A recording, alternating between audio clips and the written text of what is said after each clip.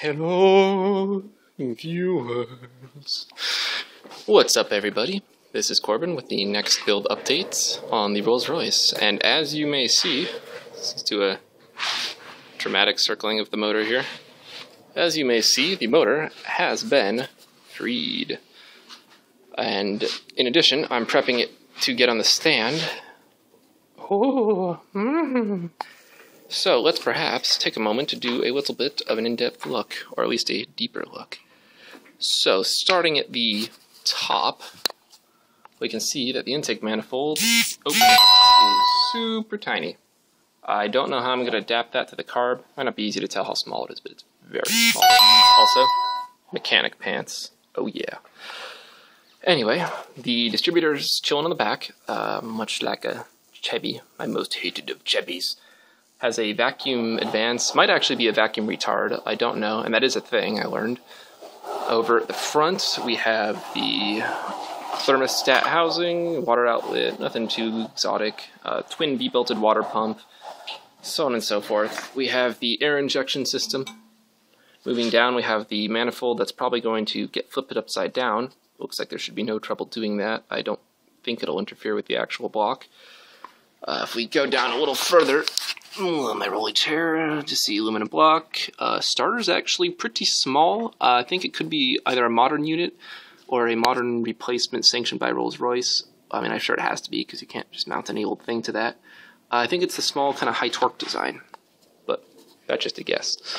We see the mechanical throttle linkage here. I think I'm going to have to dispense with that, which is sad because it feels amazing. Unfortunately, it actuates in a plane that is transverse.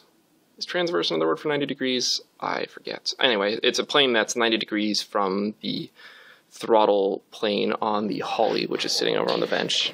So long story short, I'm going to have to switch to cable likely. Boo-hoo. There's the flex plates. It's actually interesting. I don't know if this is common, but the ring gear is mounted on a separate standoff from the mounted on standoffs from the flex plate. Excuse me. Anyway, that's interesting. Rolling. Ugh. Come on, chair. Really? Must you? Anyway.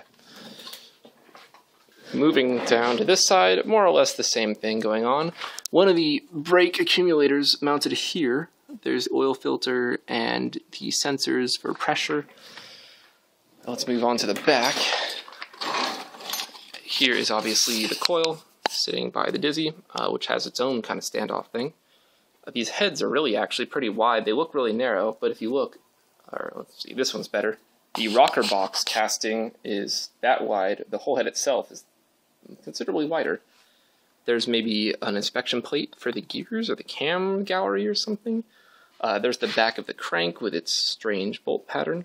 There's actually a spacer here that fits on the back of it, and I'll show you why that is.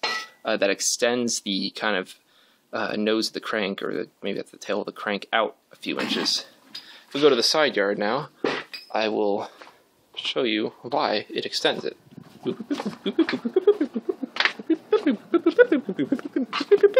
Alright, now we're on the side yard. Here's the tranny. It's a TH350, although I've heard it's modified by Rolls-Royce. Here's the torque converter. Here is the mounting surface. You might notice, though, probably won't, but you might notice, that these bolts are nothing like the engine bolts, or rather the block bolts in formation. That's because there's an intermediary ring that goes in between that the motor mounts sit on. The fuck, Rolls-Royce? The fuck? Anyway, that is why that spacer exists, because it needs to be about that much further off of the block than you would think. In addition to our little part stash here, we have the electronic gear actuator. The gear shift in the car does not act directly on the transmission.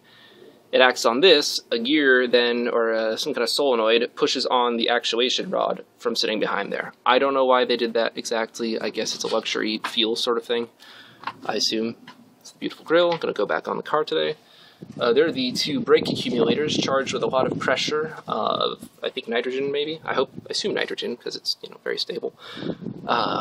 Anyway, those are cool. Citroen patent. Here's the carbs that I took off, header tank, all the stuff. Cool, it's chilling down in there. Big old parts bucket. A lot of this stuff is for sale. were going to be for sale. And I suppose I will clean up the engine bay a little bit, and that will be in the next video. Until next time.